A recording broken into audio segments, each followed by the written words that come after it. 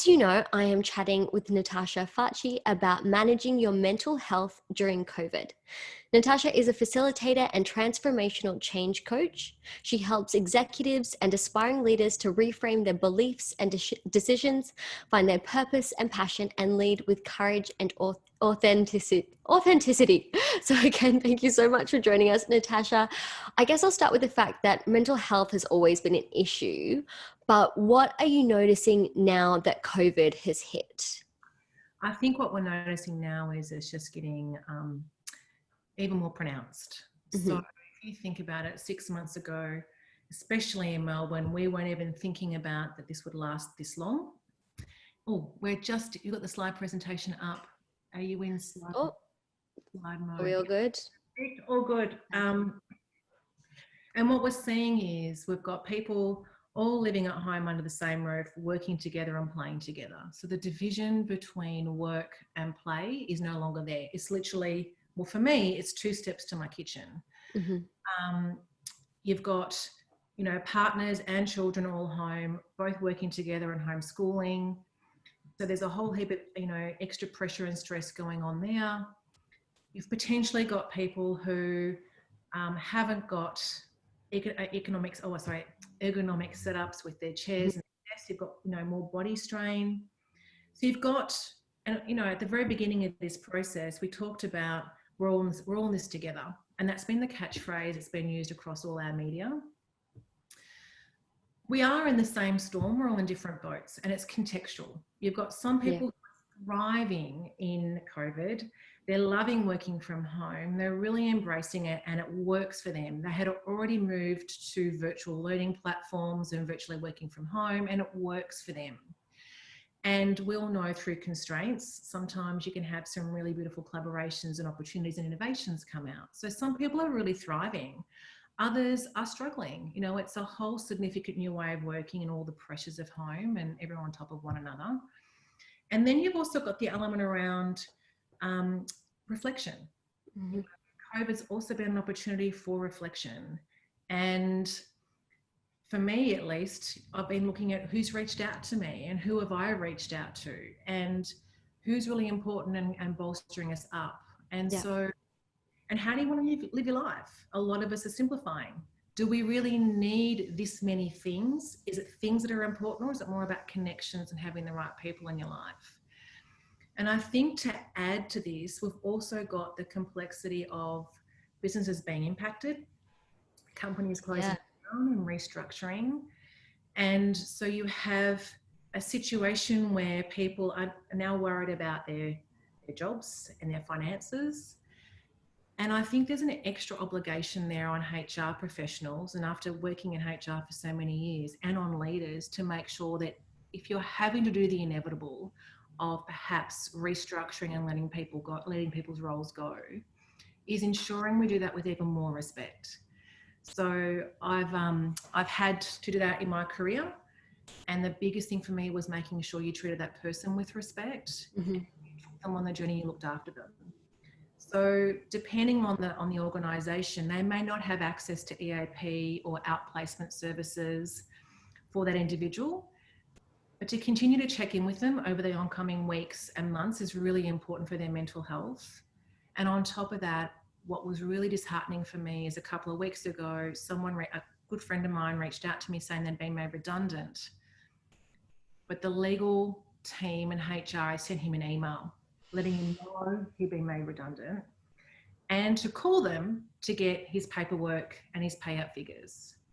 And that's just another layer of complexity and stress that people don't need in this environment. So I think it's incumbent on all of us as leaders, as individuals and people in HR in those areas to really make sure we do that well. So so I think if we flick through to a couple of slides on, we get to because right now we're sitting on the lighthouse slide. Yeah, so that's it. So I do have a question though, in regard to, you mentioned, you can actually, obviously, if you have to restructure, if you have to let people go, that is something that's happening right now. It's an unfortunate circumstance. But in that instance, as a HR manager or as a leader, in reaching out, would you do that over the phone? Would it just be a quick message via email? Like, what are the actual kind of ways that you would go about doing that So, without, overstepping someone's personal boundaries? I think this is about if you've got really good trust and rapport with people, Mm, by all means send a text or a phone call, right?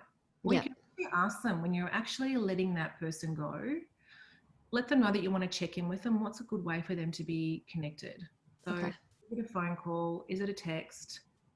Yeah. I would do a phone call first. It's far more personal, even though it can be uncomfortable, Hmm. especially if you're the one delivering the news or you've had to deliver the news and you're worried about how they're going to respond. They don't have to pick up the phone. Yeah. It's Yeah. about people knowing that they're cared for, Yeah. and they're thought of, right? That's what all this is about. So it's that kindness, that trust, that rapport, and building on that, and letting them know that you're there for them and they're heard and seen. I guess to kind of further your point before as well, we did obviously go through some of the negative things that COVID has brought about. Obviously, this structuring and all these kind of personal restructuring as well within our homes.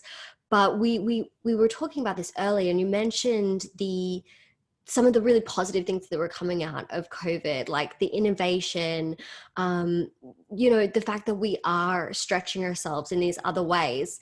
Would you mind elaborating on that point? So I'm seeing, I mean, some people have actually totally switched their whole business model to being, Mm-hmm. and they're flourishing. They're Mm, growing at a great rate of knots. We've got new industries opening up. We've got collaborations happening between people. I mean, there is, at a time when this first happened in March, I, like many others, were impacted. mm, And my whole pipeline, over 6, 12 months pipeline, died overnight. And so you have to quickly work through, well, how are you actually going to do this? How are you going to cope? And so tapping into your networks and looking and seeing what's going on. So Ingrid, the lovely Ingrid who's on this webinar, set up a wonderful Wednesday morning hump day coffee group. And so there's a group of us that get together that talk about, not about all the doom and gloom, but we talk about what's going on for us, and we talk about inspiring stories, and what are we grateful for, and what do we want to bring into the rest of the week. So we're setting ourselves up for success. yeah. Out of those kind of conversations, and there's many of them happening, we've also got then people connecting and going, well, could we collaborate on a particular project together? Or how about this business idea? Do we see there's a need here and so we could be of service? And so there's quite a few different business setups that are happening. So there's lots of wonderful things happening. Yeah. But of course, everyone's at different stages. It's contextual, right? Someone might be having a great day today and a not so great day tomorrow. Well, circumstances play such a massive role as well. Now, in terms, because we've got this beautiful slide up and we really wanted to talk about self-reflection, from a deeper, more self-reflective point, do you think it's changed how we view what's important and what's not important from like a really core values point of view? I think so. At least the people and the leaders I'm talking to. So Mm-hmm. there are some leaders I know and some of my clients that have literally resigned from their jobs and decided to move back home, and home is back overseas, Well, yeah. for quality of life. Yeah. They no longer want to do the 80-hour weeks. They want to spend more time with their family. They love to connect. They've realized they're in their mid 50s Mm-hmm. and actually want to enjoy the next 40, 45 years of their life. Yeah. And and then we're also beginning to realize what we can deal without. Do we really need, and this is no judgment on anyone who has this, but do we need a television in every room? Do we need to have a laptop and an iPad and a mobile phone for each person in the household? Do we really need 3 or 4 cars? I've got friends who have sold their cars and now do fleet sharing cars. So when they need a car, they either grab a cab, an Uber, or they, a car share. Yeah. So people are beginning to operate differently based on what they're seeing. And I think the longer we're in this, the more we're starting to realize we may not need everything that we've worked so hard for. Yeah, definitely. I mean, I personally, that's one thing that I'm really excited about after COVID is, I mean, well, after COVID, obviously it's going to, its ramifications are going to be a forever thing. But I really do hope we have less cars on the road. I think there's been such a shift in our mindset around environmental issues. And yeah, that's really, really exciting to me. Um, Now, I think what else is happening at the moment is, I mean, I personally am riding this roller coaster of pretty much everything you just spoke about, right? I mean, there have been circumstantial changes that have been good. There have been circumstantial changes that have been bad. Sometimes I'm self-reflective, and other days I'm just like, screw it. Like, I just want to fetus position in bed and watch Netflix all day. Um, I mean, like what's your experience in this regard? Is this normal to be having this experience of all these different emotions and sometimes all in one day? Absolutely normal. And for those who are in HR, we talk about the change curve. For those in the health industry, they talk about the grief cycle. It's the same thing. You're going to go through all the emotions of anger, denial, acceptance, frustration, hope, despair, the Mm. whole thing. And it's normal to be able to moving backwards and forwards. And so, um, this is where you really need to allow yourself the space to feel the emotions. I think for many years, for me, I'm a type A personality. I'm always on the go, and my parents are on the line, are probably laughing. I'm always running at 1,000 miles an hour. I only have two speeds, 1,000 miles an hour or zero. And zero tends to be I've burnt myself out. Yeah. And so I have had to actively learn to build and slow myself down and build in different little checkpoints. And so, and if I don't feel the emotions, I will pay for it later. So rather than allowing the emotion to flow through, and when I say emotion flow, if you're feeling angry and you want to scream into a pillow, then scream into a pillow. Mm-hmm. You want to cry and sit in the fetal position, we've all done it. I've done it. Do it. Allow the space for you to actually do that. If you want to dance, if you want to go for a run, whatever it is, sing karaoke, whatever it is allows you to express how you're feeling in a safe way is really important. And then it allows you, you can move through it faster. Yeah. Then you can actually move on with the next step, which might be, well, what's my next step? Maybe it's about taking a breath and moving out of react mode into respond. And what can I focus on? And maybe it's just going for a walk, or maybe it's actually having the courage to pick up the phone to a friend. And coaches have coaches. We call Therapists have therapists. exactly right. You need them because you're human as well. And we have all this as well. And so picking up the phone and saying, hey, I need help, Mm. or I'm struggling with something is really important. Yeah, definitely. Just quick personal anecdote, but it was interesting because, for the most part, I live alone, and I called a friend of mine who also lives alone, and we were chatting, and I was like, look, I don't want to complain. I feel really guilty about complaining, but I also just feel so terribly lonely. And it's not something I've ever experienced before. But, I'm also quite conscious of the fact that a lot of my friends have families and they're homeschooling and they're juggling, and that, they're also going through all these other different circumstances that I don't have to deal with. And he pretty much just said to me, look, but that's just their experience, and they're not experiencing your experience either. And each one has its positives and each one has its negatives. And it's not a matter of comparing them, it's just a matter of feeling them. And I really, really appreciated that comment. Yeah. Um, That's really yeah, I thought it was lovely. Now, I do want to, because we're going to move into some kind of more statistical, this more statistical side of things, but I do just want to preface for our audience that by saying that we're not going to go too deep into some potentially sensitive issues. But look, I think it's a really important thing to touch on, especially considering the topic and what is happening right now. So basically, Natasha, has COVID just magnified an already existing issue, and that existing issue being mental health? yeah, it has. So we've always had a challenge with mental health, and I think the one good thing that's one of the many good things that has come out of COVID is we're now getting more airtime, and people are realizing how serious this issue is. Yeah.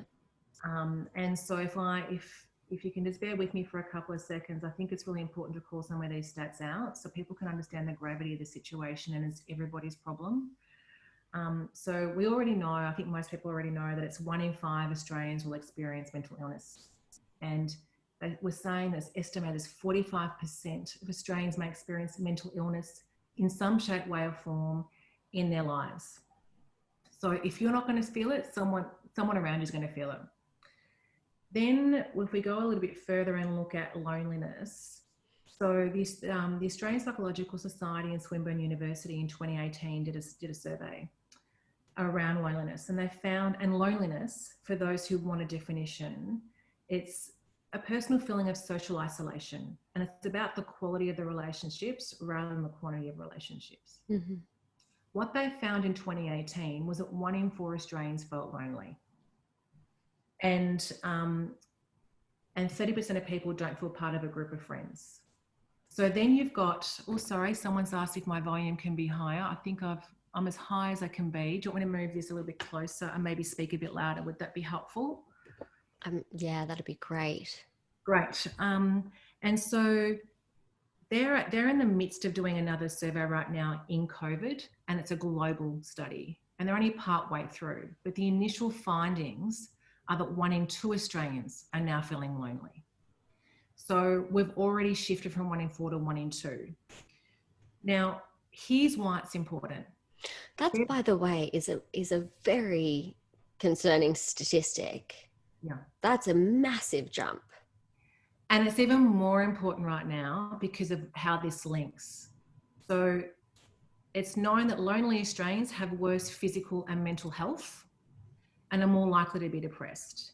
You add into people who are unemployed or haven't got paid employment, generally have higher rates of mental health illness than people who are employed. Then when you add in some of the stats that have come in from Suicide Prevention Australia from the September 2020 survey, they're saying that the top 3 risk factors for suicidal rates are social isolation and loneliness at an 82% figure. Unemployment is at 81% figure, and family relationship breakdown at 77%. So if you're thinking about everything that we're doing and we're going through right now, people are locked in their homes, and in Melbourne, we've been in various states of lockdown for the last 6 months. People are losing their jobs and are struggling to find paid employment. We've got families that are on top of one another and potentially adding more stress and pressure. You've got people who are locked in homes and dealing with family violence. So you add that on top of the stats that we already know right now, that 8 Australians die every day from suicide, which is double the road toll. That 65,000 Australians actually make a suicide attempt each year.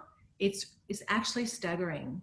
And so for me, what this means is, and before I get there, the key thing here for me on top of all this is, for every one person who takes their own life, 135 people are impacted. That's family, friends, colleagues, first responders. So although we've always known this is an issue, it's actually, when you look at all these numbers and what's happening with COVID, it's everyone's responsibility. It's our responsibility to take a check-in on ourselves, to look after those that we love, our family, our friends, our colleagues. And as leaders, we also need to have that extra responsibility of checking in. So, you know, there is plenty of support around, and we will absolutely put a slide up at the end. You know, there's Lifeline, there's Beyond Blue. So there's plenty of support around. There's your GP, there's your friends. But, you know, we need to do more. Yeah. Well, Ingrid's just said, you know, so we're about to have a tidal wave going forward. And I mean, it kind of sounds like we are, you know, we are in a mental health crisis at the moment. But I think there are some beautiful community government and sector, you know, initiatives happening at the moment that weren't there before. And also, this is why it's so important to have these conversations, and why it's so important to have people like Natasha come on and talk on this subject, you know, because as you just said, we do all have a role to play. So I'm just going to change the slide here. I thought I'd be far smoother than I am at changing the slides, but I'm not. and that's okay. But I'd love to discuss how we can manage our mental health and the mental health of those around us. And I guess, first of all, I want to ask you, what are the warning signs? Yeah, I think that's a really good question, right? So I think there are things like whether you're looking at yourself or looking at others around you, are you seeing a shift in who they are and what they're normally like? So are they more irritable? Mm-hmm. Are they losing patience? Is there a sense of urgency? And mum and dad, if you're listening, yes, I'm always in the urgent mode. Have your sleep patterns shifted? Are you able to focus? Have your eating habits changed? Are you fluctuating in your weight more than usual? Are you isolating? Mm-hmm. As an example, I know when I'm under overwhelm or complete stress, I tend to withdraw. And many years ago, I suffered from anxiety due to a certain situation that happened. And I have always struggled to reach out to people in the past because I didn't want to be a burden. Mm. That's something else that plays out in this space. And I've had to learn to ask for help. And then my friends and family actually want to be of service, they want to help. And so I have with family and friends now, if they don't see me or they've noticed I've withdrawn a bit, I get text messages going, "Hey, you okay? How's it going?" And so I think it's just knowing who you are and having your friends and family and colleagues watch out for you, and then having little agreements or just checking in and asking the question, and we'll go through that in a moment. But Mm-hmm. it's when you're seeing people shift in their behavior and their normal way of being that tend to be really good warning signs. Yeah, and Ingrid, I just saw your question, and we will get to it, but I do have a follow-up question to this, which is obviously, so we've just talked about the warning signs for an individual, but what about from an organizational point of view? Yeah, look, I think organisationally very similar warning signs, but they could also be quite irritable at work. They can snap, Mm-hmm. um, perhaps completely withdrawn and don't want to socialise, especially with now with everything being remote. If people are constantly off video. Now, Okay. let's put things into perspective. We are now overloaded with Zoom and team calls, and that can Yeah. be extremely fatiguing. And there's some research behind that around the lighting and the effect on the eyes and the brain. So it's even more tiring. But I think there's about choosing which medium to use. Sometimes it's easier to have a phone call. Mm-hmm. Sometimes it's best to have a group call. And perhaps you might choose some meetings to be choose what you want, and other times where you actually want people to be present and actually on the call and visual, so you can see how they're going and how they're coping. And if they're constantly off Zoom or off the virtual presence where you can't see them on camera, it could just be you pick up the phone and have a conversation with them later to say, "Hey, I've noticed you've been off camera a lot lately. Is everything okay?" Yeah. Yeah. And it can just be something that simple. It doesn't have to be anything No. more aggressive. Yeah, okay. Beautiful. All right. Well, I mean, you've obviously pointed out that one way that you can approach someone, but can you talk to us a little bit more about other ways we can approach? I mean, I personally, we all know about "Are you okay?" However, I personally find that this to be a really confronting question, and I think I'm quite type A like you. So if anyone were to say to me, "Oh, Kate, how are you doing today?" My initial response is, "Yeah, I'm fine," regardless of what's going on. Like, the house could be on fire in the background, but if someone asked me such a direct question as "Are you okay?" my immediate response, my socialized response, is yes, I'm fine.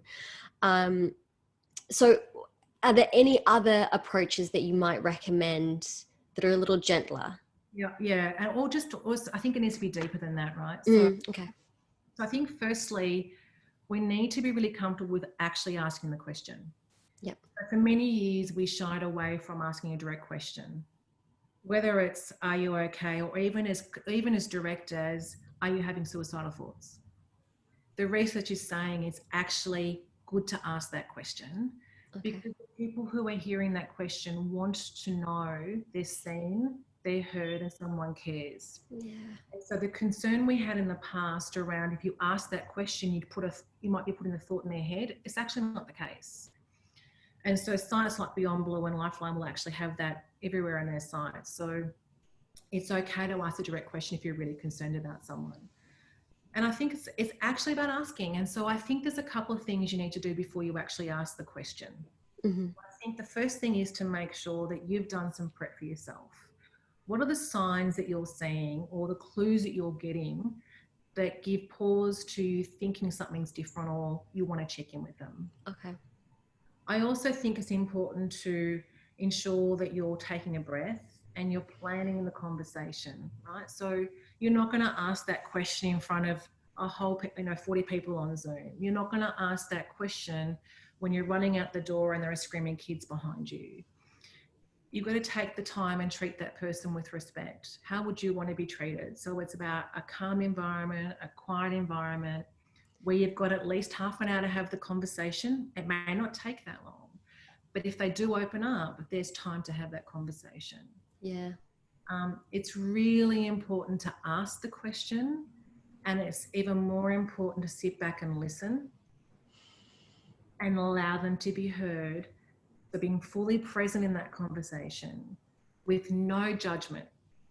And you don't need to be the expert and you don't need to provide a solution. Okay. Right? So it can be as simple as, I don't know how I can help you with this, but I would like to help you. And let's go get the help together. So whether you're going to direct them to the GP, and we can flick into the next one, because Yeah, because I was going to say you have some beautiful examples here. so if you just pick a couple, it can be simple as, you haven't seen yourself lately and I'm worried about you. Is everything okay? And, taking the time and allowing them the space to think. Now, here's the part that's really important. For someone to feel really comfortable, you need to have that trust and rapport. Now, if you don't have that trust and rapport, doesn't mean you can't ask the question, but they may be less likely to answer it. So that's where you use your networks, or you ask to see if there's someone else who has a better relationship with that person who could check in on them. Okay. So in the work environment, if you've got a team situation, you may not be as close to this person as you would like, and they have a strong relationship with someone else, you can actually ask another team member to reach out to them because you're worried, because they may be more likely to speak to that person. Yeah, absolutely. Or it's simply okay to say, hey, look, I'm worried about you. And if you're not comfortable talking to me, is there someone else you are comfortable talking to that can give you the support that you need? And know that I am still here for you in whatever way you need. Yeah, beautiful. Now, one of the topics that we really wanted to discuss today was building resilience and filling our emotional tank. I guess kind of first and foremost, how would you define resilience? Is it something that you're born with, or do you think it's something that we can learn over time? It's both. Some people are naturally born resilient. Some people have life circumstances that happen early on and that teaches them resilience. And it's absolutely something that can be learned. It's a Okay. skill that can be honed over time. And resilience is really about the ability to cope with tough times and applying your inner strength and engaging your support networks for help when you need it. Okay. And so it's enabling you to face the difficult situations that happen in life. And we all know life is never perfect. There's plenty of ups and plenty of downs. And look, to be honest, as much as we probably all joke about we'd love everything to be right, sun is shining and rosy, we wouldn't appreciate it, because you only appreciate the ups because you have the downs to compare them to. And then when you are in that lower space in life, you have the ups and you realize, I've survived adversity before. What are the skills I use to survive? And see, I can get there again. So you need both. So, what are the skills that you require to be resilient? Yeah, so I think that's a really good question, Kate. To me, there are 4 key areas of resilience. So I'll talk about the 4 categories, and then we'll just Yeah. go into Yeah, beautiful. connections, fostering wellness, finding purpose or meaning, and embracing healthy thoughts. So when it comes to building your connections, it's prioritizing the relationships that actually are important to you. Okay. And, sometimes some people can struggle to build new connections, especially at a time like this. So start with the people that you know and build deeper relationships with the people that you know. If I think about my networks, I'm very blessed to have some really wonderful people in my network, in my tribe. I was late to life in finding some of those people. They started in my mid-20s and I'm now in my mid-40s, and so I'm very blessed to have them. And we've been through, all of life's challenges. Some of us: births, deaths, marriages, divorces, redundancies, lost businesses, new businesses, you name it, we've been through it all. So, it's fostering those relationships and being there for them as they're being there for you. And I even had to get to, so for me as an example, through those connections, someone says, hey, we're having a hump day coffee group. Do you want to be involved? Is it awkward sometimes meeting new people? Absolutely. But give it a go. Yeah. Would you mind kind of going through some examples of how you might find these connections? So just say you have come to a point in your life, potentially you're at this, beautiful transitional stage, but unfortunately those transitional stages can be really uncomfortable. And sometimes they can come with a set of new connections and new friends. But obviously we're in lockdown for the most part. Or if you're not in lockdown, there are restrictions in place. And I think there's just a general nervousness at the moment about being out and about. So are there some ways that you can find new connections virtually, I suppose? So there's a lot of different things. Meetup groups have gone online. If you've got an interest or a hobby, even if we can't go, if someone loves music or loves bushwalking, even though we may not be able to do that right now because it may not be in our 5-kilometre radius, especially if you're in Melbourne. Well, get onto those meetup groups online, research them online and play. And in fact, in some ways, sometimes virtually is easier because you can dial in perhaps off screen for the first couple of times if you're a little bit nervous.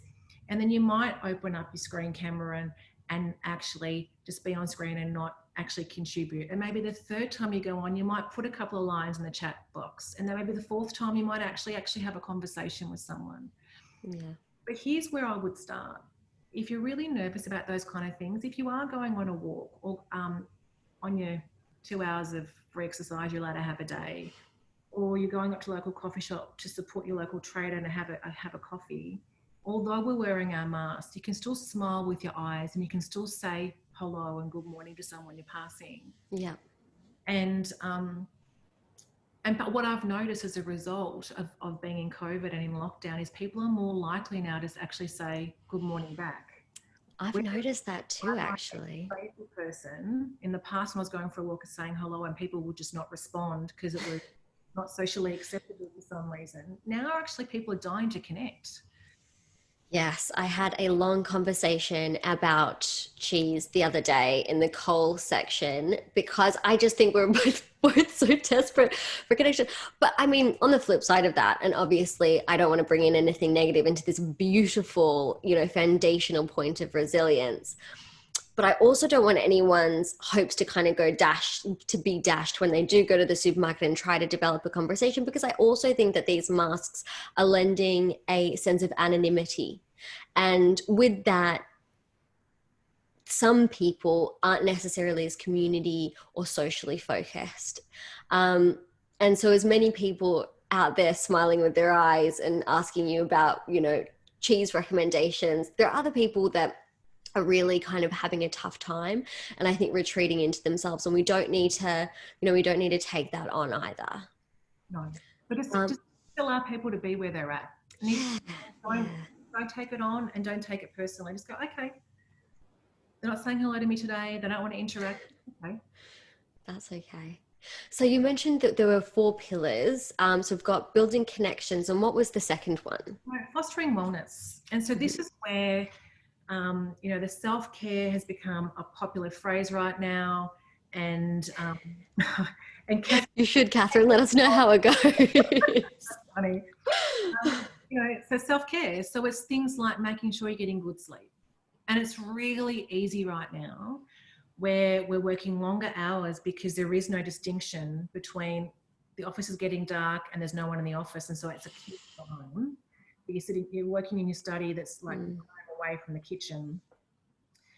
But making sure you actually have that balance, whether it's setting an alarm, it's going for a walk, it's eating nutritious foods. And look, I haven't been the best at that either. There was a period of time at the beginning of COVID where I was on the COVID diet, right? Wine and Tim Tams? And Yeah. I'm a natural eater, right? And so I've had to put things in place around let's go out and walk, and let's do mindfulness, and let's look at gratitude, and let's look at eating healthy and only having a treat once a week as opposed to maybe 5 times a day, right? But there are things I've had to put in place because I can just mindlessly eat and drink, and so it's really mindful of. And I think the other thing with fostering wellness is be mindful of the content you're consuming online.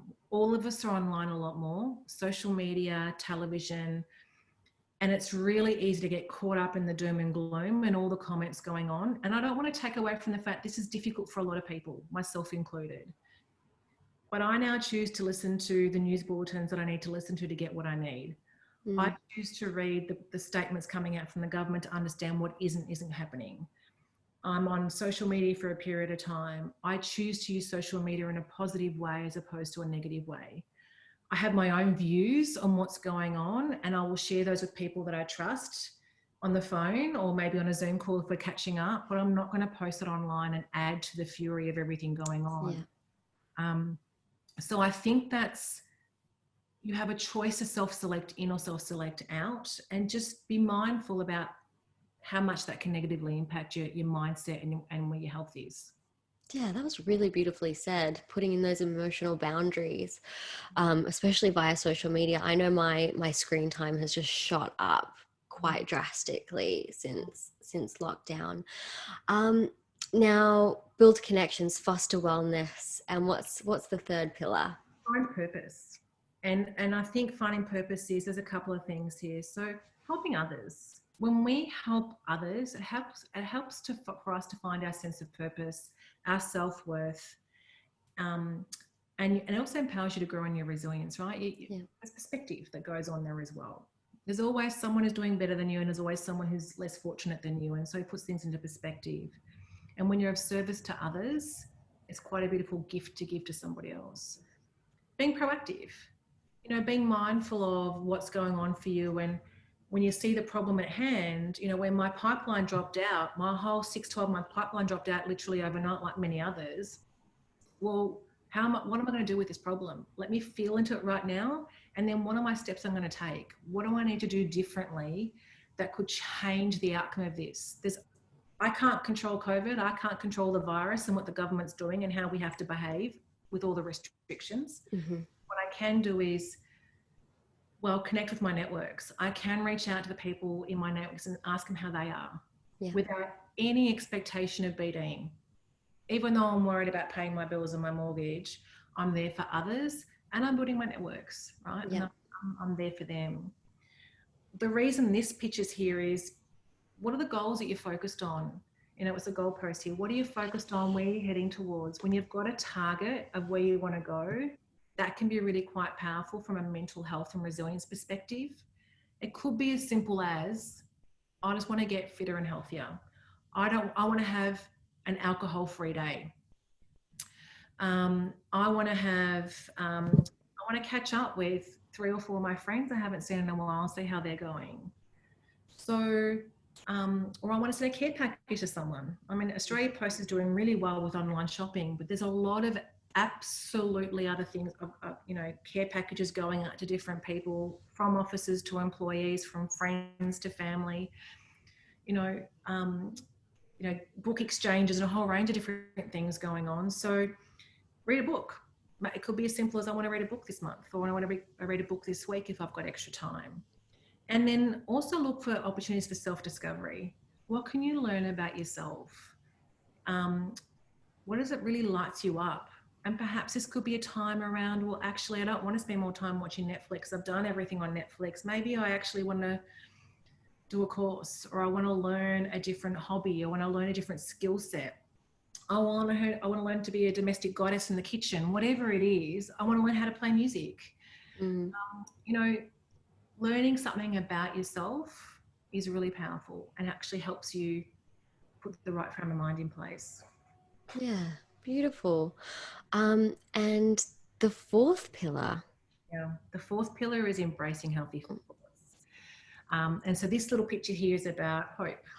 You know, even with all these rust-colored pipes, you know, there's still hope. The spring's eternal. And I think this is about keeping things in perspective and trying to control your irrational thoughts. And if you can't do it and you see yourself spinning, then reach out to someone and ask them to help you break that circuit breaker.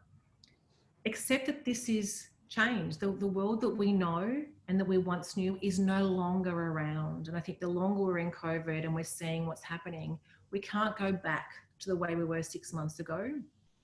The world is going to be different. And if we choose to say that we can't change this, but what are we going to do about it that we can actually find empowering?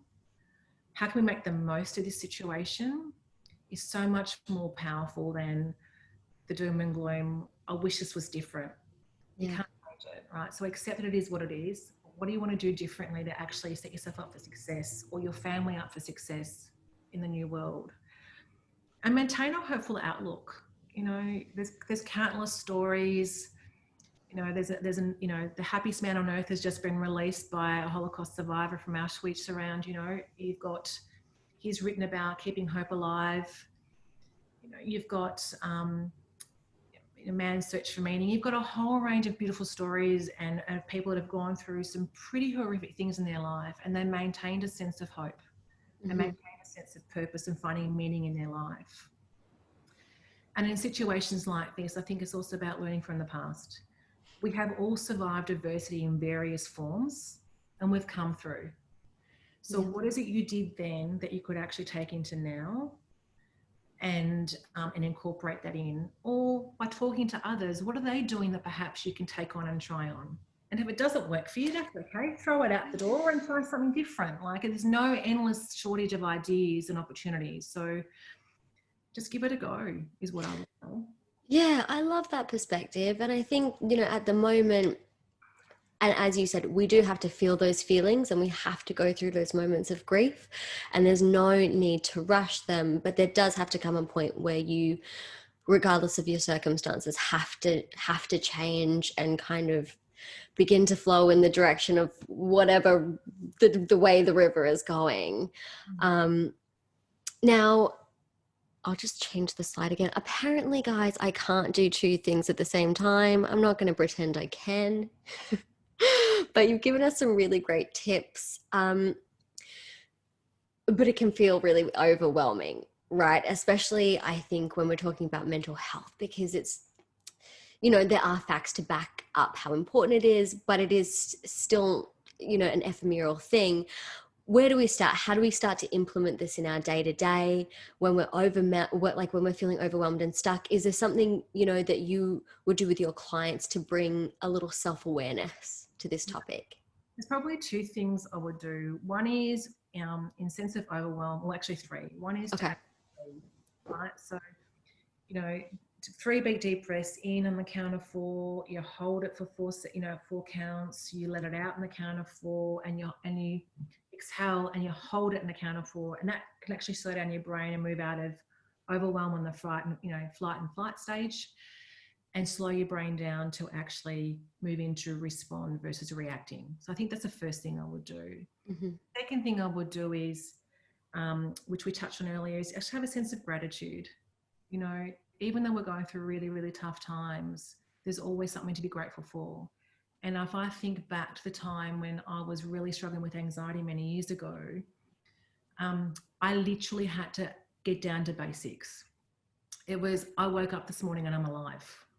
It's a new day.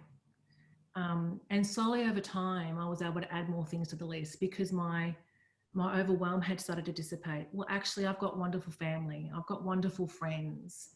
I have a job, or I have something to live for. Or actually, you know what? The birds are chirping outside and I actually have really wonderful connections, and I have something to offer the world. And all of a sudden it keeps adding. So I think that's really important.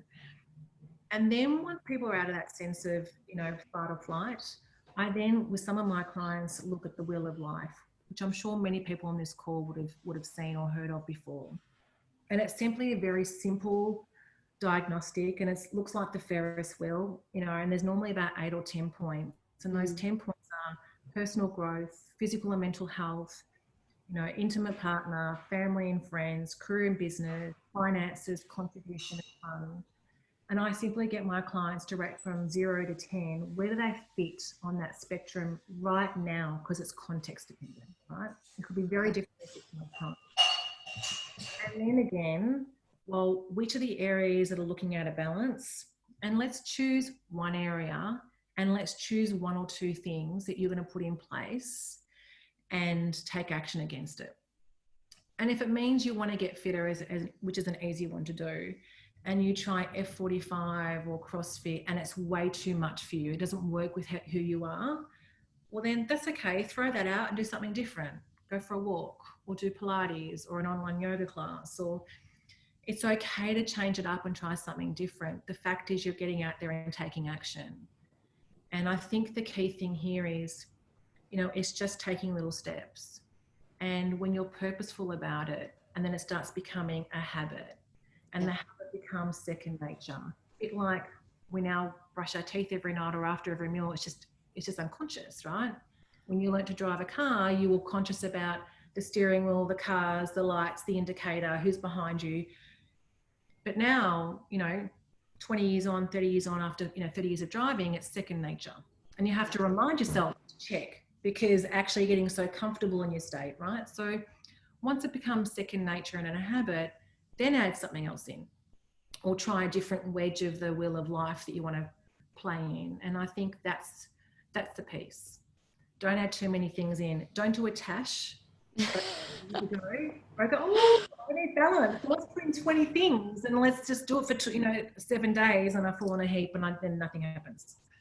Just one thing at a time. Yeah. No. So we discussed before this that in our follow-up email, which we'll send out after today, probably either tomorrow or Monday, potentially including a toolkit. Is this something that you could include in the toolkit, this version of the Ferris wheel, just so people can have a visual and kind of figure out what each of those, I don't know why you can say Ferris wheel. I feel like it should be a pie, personally, like pie slices. Whatever works. So probably I could have put pie on that slide. That's not a problem. But I will gladly. I have put together a bit of a toolkit of just tips and tricks around the Q&As to potentially ask, the kind of state you want to be in, you know, the 4 different areas, and some examples of what you could incorporate. And I'll absolutely incorporate the wheel of life. Okay, beautiful. Now, why is routine so important, and how can we make sure it becomes a habit? I know you've kind of already talked about, you know, starting with those small sprouts, you know, like what are you grateful for? You know, it doesn't have to be a list as long as your arm. It could just be 1 or 2 things. But I mean, even you, Tash, do you think you've got it nailed day to day? No.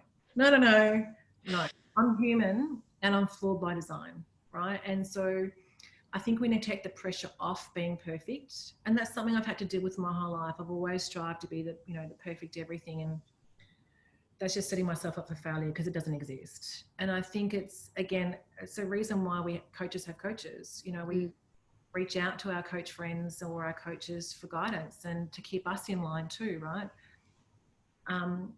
And it's practice. You know, practice makes progress. And I think, you know, depending on who you follow and who you listen to, it takes 21 days to create a new habit of consistent practice. And again, for those who know me on the call, there are plenty of days where I don't go for a walk, and then I know I feel crappy afterwards, right? Because I don't get in the fresh air and I'm not feeling alive. But when I do go out for a walk and I do eat healthy and clean, I feel so much better. My head's clearer and I can think differently. So routine is really important, because it gives you structure and something to focus on, especially with all this stuff going on. And it's okay if you're going to break it. And as Ingrid said, my favorite phrase, you know, practice makes progress. You know, and it's really about just taking a step and giving it a go. And it's okay if it doesn't work out perfectly. Yeah, definitely. Now, look, I honestly could talk to you for ongoing, as we both know. Um, but I am kind of conscious of time, and I want to make sure that we have a little bit of time for some questions. But I know you've also included this last slide, and it has some really important resources here. Were there any that you wanted to talk about? Otherwise, we can just leave them up and open up for questions as well. Look, I think people know where these are from, and I think for me it's really important to, there is plenty of help around. If you haven't got someone you can talk to, there's your GP, and there's all these sites, and to get professional help. So there's plenty of information around, and you're not alone, is the question. Yeah. Now I'm just looking at some questions here. I might actually have to stop sharing my screen. I'm so sorry, guys, but we will include those details in the follow-up email regardless. So you do have those resources there. But just so I don't miss any questions, yeah, feel free to raise a hand as well, and we can bring you on as a panelist if you'd like to ask in person. I have a message here from Anisha, and she's just said, I've absolutely benefited from building a morning routine in the last few weeks. It gives me a sense of accomplishment before I even start the day. And yeah, I love that. I make my bed first thing to feel that exact sense of accomplishment every morning as well. Really, really powerful. Yeah. And Ingrid also had a question. I think we might have touched on it, but Ingrid, if we didn't, please let us know. She said, how do we start an "are you okay" conversation? Some people might do these things, but getting them to talk is skills. She loves your insights and suggestions, obviously. Yes, I think I've covered it, and I think she's come back saying, yeah, we have. Okay, perfect. It's about making sure that you plan for it, that you're present, Yep. and then ask. And listen, the one thing we forgot to mention was, if someone gets upset and falls apart in that conversation, just hold the space. And if someone gets angry in the conversation, that's okay too. Allow them to hold the space. Don't try and make them feel better or trying to calm them down. Allow them to express it. No, it's not personal to you. And just say, look, I just want to be here to help you and let you know I'm here and to support you. Yeah, that's beautiful, because sometimes it can be really confronting, and sometimes we can't kind of help but take it personally. But if we're already going in with that mindset that we're just there to facilitate, it takes the onus off us. It takes the attention off ourselves. All right, guys. Well, considering we don't have any questions, if you would like to include your LinkedIn in the chat, please do so. I'll copy them down and make sure those who included their LinkedIn have them in that follow-up email once again. And Natasha, thank you so much. Where can we find you? Is there anything you'd like to plug? No, just look after yourselves, look after each other. If you want any more information or you want to reach out, you'll have my details and the information we send out. So happy to always take a call, even if it's just a chat. Yep. Like, it doesn't have to be work related, it can just be a chat. No problem at all. And feel free to connect on LinkedIn. All right, beautiful. Well, everybody have a wonderful evening, and we all look forward to seeing you again online soon. All right. Thanks, everybody. Good night.